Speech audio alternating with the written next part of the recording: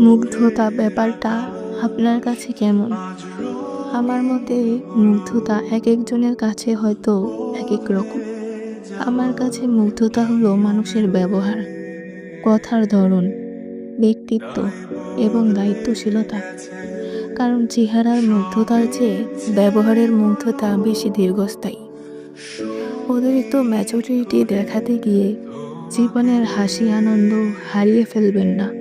হাসতে ভুলে যাবেন না। আপনার করা বাচ্চামিগুলো সুন্দর, কারণ এগুলো আপনি বেখেয়ালে করেন। নিজের আপন সত্তাকে অনুসরণ করুন। আপনি যেমনই হন, আপনি ঠিক আছেন।